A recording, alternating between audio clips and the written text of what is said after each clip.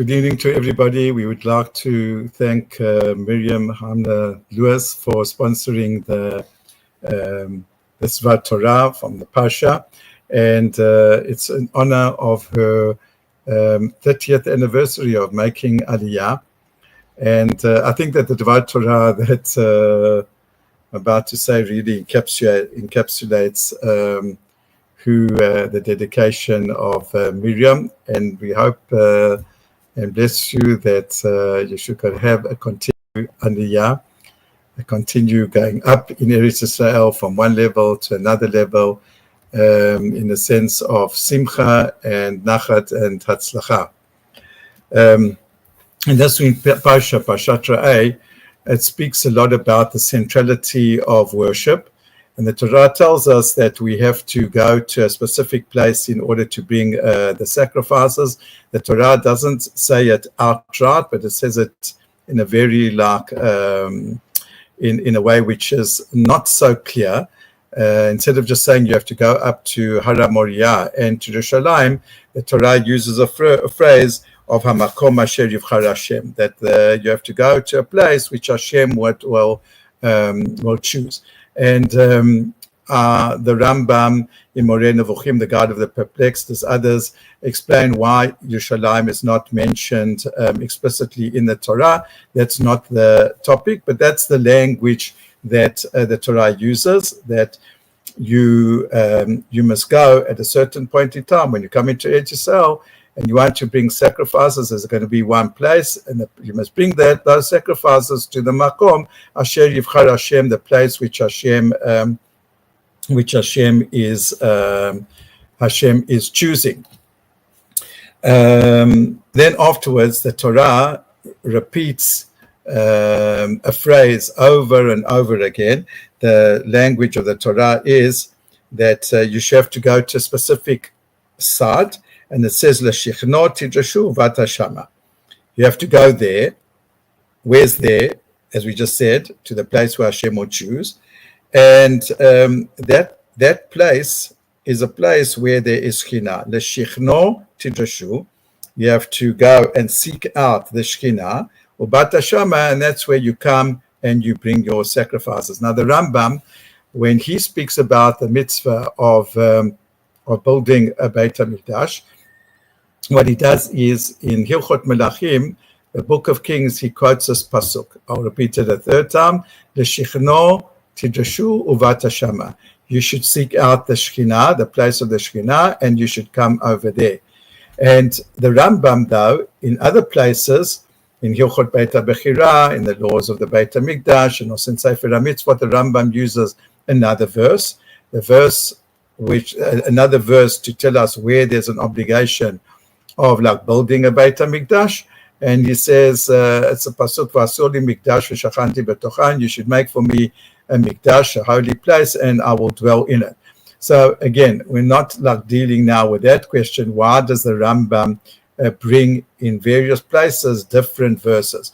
But what I do want to dwell on is that this verse that the Rambam is quoting in Hilchot Melachim, the verse that, and you should come, you should seek out the Shekhinah, and you should come over there, that is the source for building a Beit HaMikdash, because the place of the Shekhinah is where the temple is.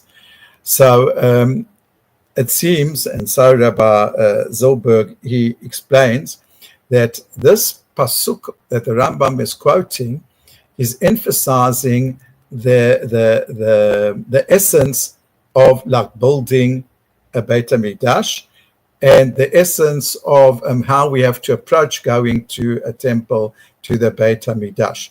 You see, what does the pasuk say? The pasuk says that when you come into Eretz Israel, that you have to seek out, you have to search, so to speak, for where the Shekhinah is, and then you have to come there and build the temple and bring the sacrifices. So we see that the essence of the building of the temple is that it has to come at the background, or that it has to stem from a sense of searching, a sense of wanting, a sense of seeking. That's what the pasuk says. Leshichno tidrashu. You have to. The emphasis is on the word tidrashu. You have to seek out where the Shekhinah is, and when you seek out the Shekhinah, which is in the confines of the of Har Moriah, that's where you have to do the service of bringing the sacrifices, and this comes as a contrast to what also the Torah speaks about in our parasha, is that it contrasts the way that we build our beit mikdash and the way the pagans built their temples. You see, the Torah says that the pagans, I'll just read the pasuk in English, it says over there that the pagans, they would offer, or they would build temples, places of worship, on the high mountains, on the hills, and under every lush tree. That's pasuk 12, chapter 12, verse 2.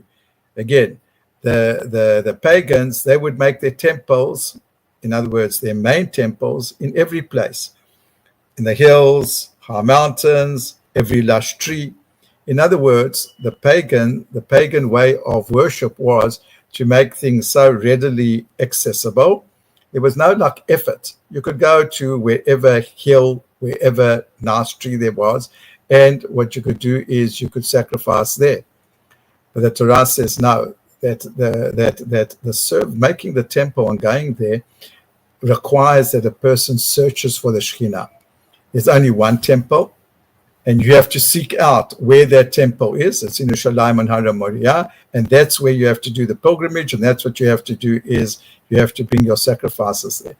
So that is what so typifies what Judaism is. It's not like easy come, easy go, but the temple is, there's only one temple and you have to seek it out, as opposed to the pagans, that there were hundreds of temples and you didn't have to seek it out. It was like on the next door. So not to get confused, of course, we've got shuls in every place. But shuls are like a mini beit mikdash, but a shul isn't a temple. A shul isn't a beit mikdash. You can't sacrifice in the shul. You can only sacrifice in one place. That's the beit mikdash, and that requires seeking and searching.